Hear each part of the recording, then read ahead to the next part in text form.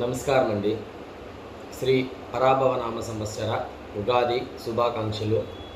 ఈరోజు ఒక జాతక విశ్లేషణకు వస్తే, మీనరాశిలో బుధుడు నీచస్థానం. కానీ నీచస్థానం ఉన్నప్పుడు బుధుడు అంటే మనం ఏమనుకుంటామంటే తెలివితేటలు, కమ్యూనికేషన్ అనుకోండి. ఈ యొక్క బుధ మహానుభావుడు మీనరాశిలో ఉన్నా కూడా యోగం చేస్తుందా అంటే యోగం చేసేదానికి ఆస్కారం ఉంది.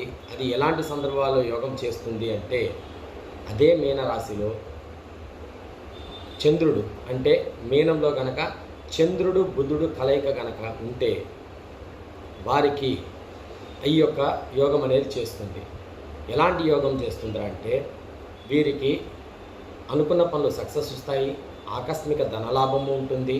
వీరు చేసే వృత్తి వ్యాపార వ్యవహారాల్లో వీరికి ఆధిపత్యం అనేది ఉంటుంది. ధనం సమృద్ధిగా నిలబడుతుంది. ఇది కేవలం మీన రాశి ఉండి ఆ రాశిలో చంద్రుడు బుధుడు కలయిక ఉన్న వారికి మాత్రం ఇది మంచి యోగదాయకంగానే ఉంటుంది. ఈ యొక్క వీడియో నచ్చితే లైక్ చేయండి, షేర్ చేయండి, సబ్స్క్రైబ్ చేసుకోండి. లగ్నం ఏదైనా పర్వాలేదు. నేను చెప్పిన ఈ యొక్క రూల్ అనేది ఏంటంటే మీన రాశిలో చంద్ర బుధుల కలయిక వల్ల వచ్చే యోగమైన విషయాన్ని మాత్రమే విశ్లేషణ చేస్తున్నాను. నమస్కారం.